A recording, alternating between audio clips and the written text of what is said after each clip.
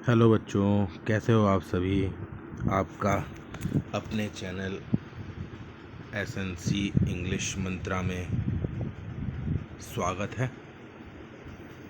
तो आज अ Triumph of surgery ना कर मैं सिलेबस डिस्कस कर रहा हूँ।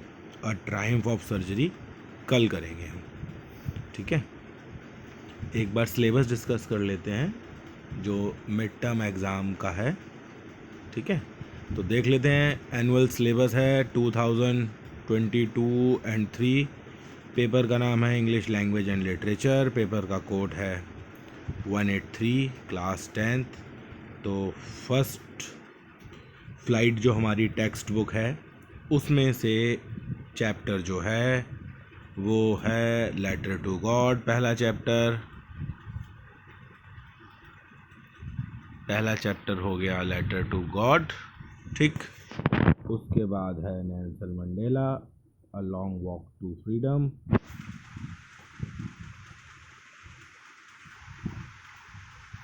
और टू स्टोरीज अबाउट फ्लाइंग। इस चैप्टर के 2 पार्ट हैं।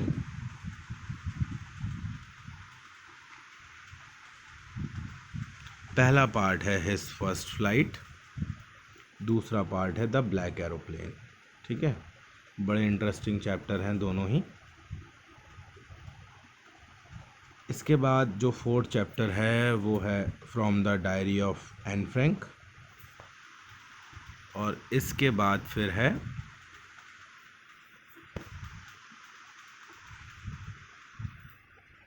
ग्लिम्पसेस ऑफ इंडिया, ठीक है। इसमें भी 2 पार्ट हैं, एक टी के बारे में है और एक कूर्ग के बारे में है। फिर आते हैं हम पोएम्स पर। पोएम है dust of snow, fire and ice, tiger in the zoo, how to tell wild animals, the ball poem. अब आते हैं हम फुटप्रिंट विदाउट फीट पर।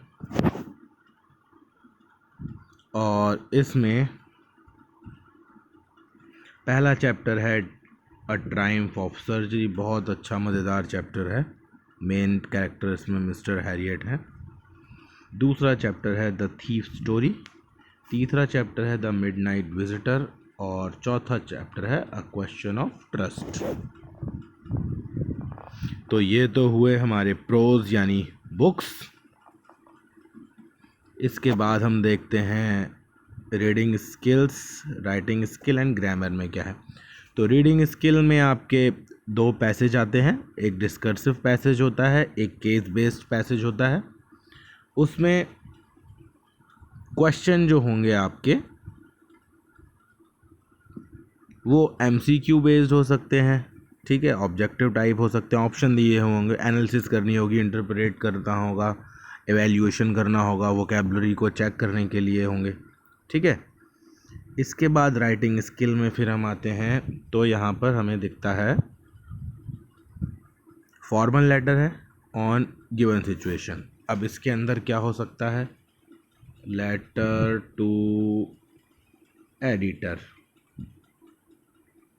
ठीक। उसके बाद हो सकता है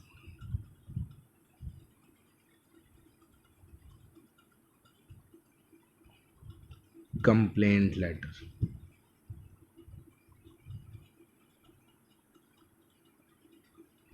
कंप्लेंट लेटर। अब कंप्लेंट लेटर किस किस के बारे में हो सकता है। मान लो आपने कोई चीज़ ली, जैसे कि मोबाइल हो सकता है जो ख़राब हो गया, उसकी कंप्लेन करनी है। वॉशिंग मशीन हो गई, ठीक। टेलीविज़न हो गया, जिसको टीवी कह लो आप शॉर्ट में। और फिर किसी प्रॉब्लम के बारे में कंसर्न डिपार्टमेंट को कंप्लेंट हो सकती है। इसके बाद एक और लेटर है, वो होता है प्लेसिंग एन ऑर्डर का। प्लेसिंग एन ऑर्डर का, ठीक है। कि स्कूल के लिए आपको बुक्स मंगानी है, लाइब्रेरी के लिए स्पोर्ट्स गुड्स मंगाने हैं, तो ये सब प्लेसिंग एन ऑर्डर में आता है। लेकिन ज़्यादा जो चांसेस होते हैं, जैसा कि मैं पिछले कई सालों से देख रहा हूँ पेपर को, तो ज़्यादा चांसेस जो होते हैं वो हैं लेटर टू एडिटर आने के। तो जब करेंगे तो ज़्यादा डिटेल में जब डिस्कस करेंगे। आज फ़िलहाल सिलेबस की बात कर रहे हैं, तो बस आपको एक ब्रीफ आउटलाइन मैंने दे दी है। एनालिटिकल पैराग्राफ पर आते हैं। एनालिटिकल पैराग्राफ जो है बहुत स्कोरिंग और इजी टॉपिक है, ठीक है। एनालिटिकल पैराग्राफ से मतलब क्या समझते हैं? एनालिसिस, ठीक है। किसी चीज़ को उसका विश्लेषण करना। मान लो कि आपको कोई ग्राफ दे दिया, मान लो कि ये यूज़ ऑफ मोबाइल फ़ोन का है कि पहले इतना मोबाइल फ़ोन पर डे, मतलब पर डे इतना लोग फ़ोन को यूज़ करते थे। एक नंबर ले लेते हैं, इसको छोड़िए, चले इसको हटाते हैं। मोबाइल की सेल लेते हैं कि मान लिए 2000 में मोबाइल की सेल थी 1 मिलियन, एग्ज़ाम्पल के लिए मान लेते हैं। 2010 में ये हो गई 10 मिलियन, ठीक। 2020 में हो गई ये 100 मिलियन। अब इसके ऊपर एनालिटिकल पैराग्राफ आ सकता है कि अब ये ग्राफ क्या शो कर रहा है, ठीक है, किस चीज़ के बारे में है। तो इसके अंदर पाई चार्ट दे सकते हैं, कभी कभी कोई मैप दे सकते हैं, ठीक है, क्यूज़ दे सकते हैं कोई भी। बाकी डिटेल टॉपिक में ही करेंगे जब उसको हम स्टार्ट करेंगे। अब आते हैं बेटा हम अपने ग्रामर के पार्ट पर। ग्रामर में क्या है? टेंसेस हैं, ठीक है, मोडाल्स हैं, सब्जेक्ट वर्ब, कॉन्कॉर्ड या सब्जेक्ट वर्ब एग्रीमेंट कह लीजिए इसको आप, रिपोर्टेड स्पीच है, ठीक है, या इसको दूसरे शब्दों में कह लो आप नरेशन है। नरेशन जिसको और आम भाषा में क्या कहते हैं? डायरेक्ट इनडायरेक्ट, डायरेक्ट इनडायरेक्ट, ठीक।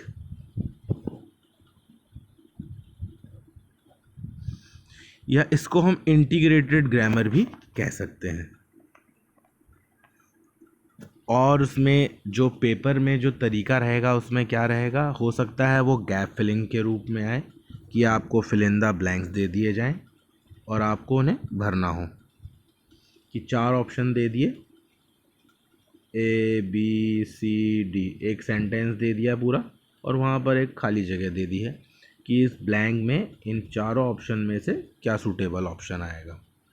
हो सकता है कि सेंटेंसेस दे दें आपको 4 और उसमें आपको सेंटेंस के अंदर एरर बताना है और उसको उस एरर के बदले वहाँ पर करेक्ट वर्ड क्या आएगा ये बताना है, ठीक।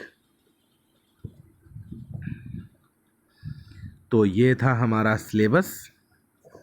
तो आज के वीडियो में बेटा बस इतना ही। किसी को कोई भी डाउट है तो कमेंट बॉक्स में कमेंट कर कर पूछ सकते हैं, ठीक। ये जो सिलेबस मैंने बताया है ये मिड टर्म एग्ज़ाम के लिए है।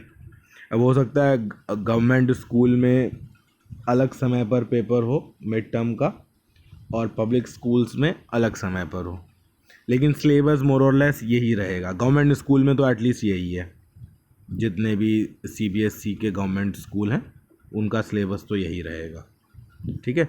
बाकी सिलेबस जो सेकंड पार्ट का है उसको डिस्कस मैं नहीं कर रहा हूँ, ठीक है, उसको आगे के किसी वीडियो में डिस्कस कर लेंगे। जैसा आप बोलोगे, आप लोग अगर आप लोग अभी डिस्कस करना चाहोगे कि अभी इसी के ऊपर एक और वीडियो बना दो तो मैं इसको अभी कर दूंगा, वरना जब ये हमारा मिड टर्म हो जाएगा सितंबर अक्टूबर में जो होना है, वरना मैं उसके बाद इसको एक्सप्लेन करूंगा, डिस्कस करूंगा। और अगर आपको वीडियो पसंद आई हो तो लाइक कर सकते हैं, शेयर भी कर सकते हैं और कमेंट भी कर सकते हैं, ठीक है। चलिए मिलते हैं अब नेक्स्ट वीडियो में। नेक्स्ट वीडियो में ज़रूर, अब मैं नेक्स्ट वीडियो जो बनाऊंगा बेटा वो इसकी ट्रायम्फ ऑफ सर्जरी की ही बनाऊंगा, ठीक है। नेक्स्ट जो वीडियो बनाऊंगा ट्रायम्फ ऑफ सर्जरी की ही बनाऊंगा। चलिए फिर अब वीडियो को करते हैं बंद, और आप लोग पढ़ते रहिए, अपनी हेल्थ का भी ध्यान रखिए, ठीक है। और आपका जो कोई फ्रेंड है, नोन है, जो आपको लग रहा है प्रिपरेशन कर रहा है, ठीक है, 10th क्लास में है, या उसकी इस वीडियो से हेल्प हो सकती है, तो आप उससे ज़रूर शेयर करिएगा, ठीक है। और निश्चिंत रहना, पूरा सिलेबस कराऊंगा, ये नहीं है कि शुरू कर दिया है तो बीच में अधूरा छोड़ दूंगा। इसीलिए पहले मैं 10th ले रहा हूँ, 10th के बाद सोच रहा हूँ कि 12th लूँ। यही मतलब अभी थोड़ा कन्फ्यूज़न है माइंड में कि 12th को शुरू करूँ कि 9th और 10th लेकर चलूँ। अगर आपका कोई सजेशन हो तो आप कमेंट बॉक्स में दे सकते हैं, ठीक है। चलिए फिर वीडियो को यहीं पर करते हैं स्टॉप, और मिलते हैं अगले वीडियो में।